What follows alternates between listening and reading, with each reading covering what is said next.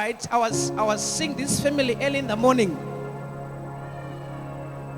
If you remember, vanhu vaMwari kana kune vakamboona pa YouTube, why tichiramba tichidzokorodza testimony yavo nenhau yekuti muone kuti ukanamatirwa hazvidzoke futi.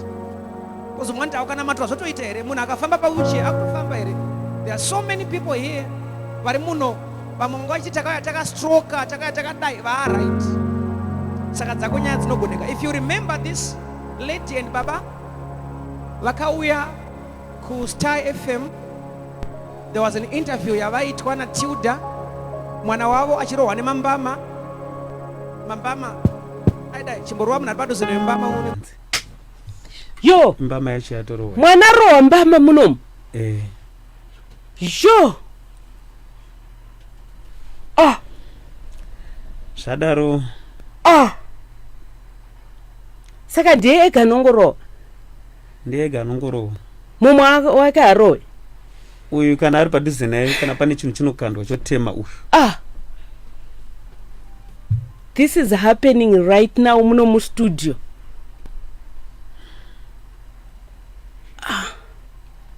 Saka kana rohwa so munoita sei naimi? Tinotombonyengetera tichidhikile yangu kuti unizita raJesu ngaazvimire zvinombo. Tete ndo zvazvinoita. Ndo zvazvinoita. Fadai tombowa padhuze naye ndakatomborohwawo. Kana uri padhuze naye chaipo unotorohwawo. Imimi hongu.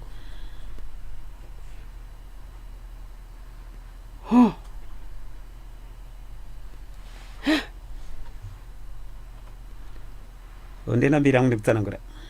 Kwazvo zvisingakutyisei. Matozvijaira? Tatozvijaira.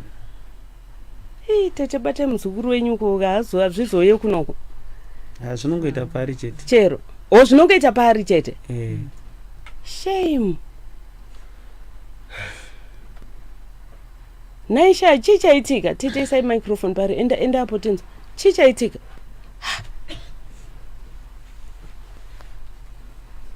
Chi? Ndaro. Warohwa. Taurisa.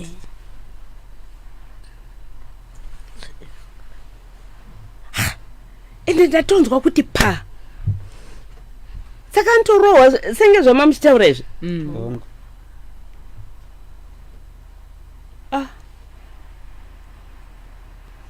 Yeah.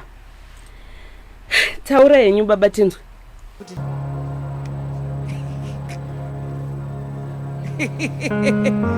Zvinorwadza nditi ndo zvaiitika mumhuri mavo.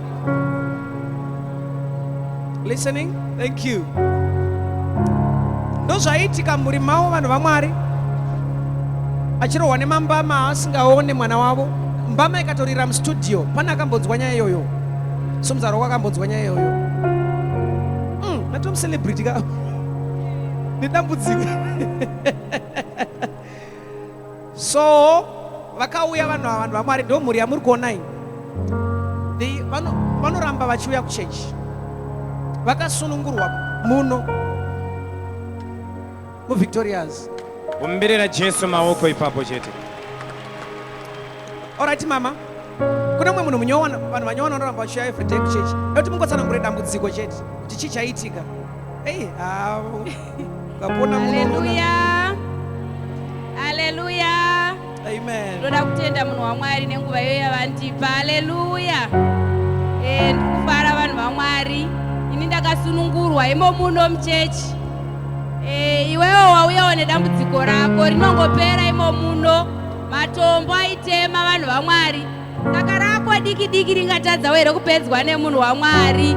Hallelujah. Amen. Mwana hatinedu kuuya naye. Vamwe vanogona kuti asi mwana uyo akurwara. Aiwa haasi kurwara.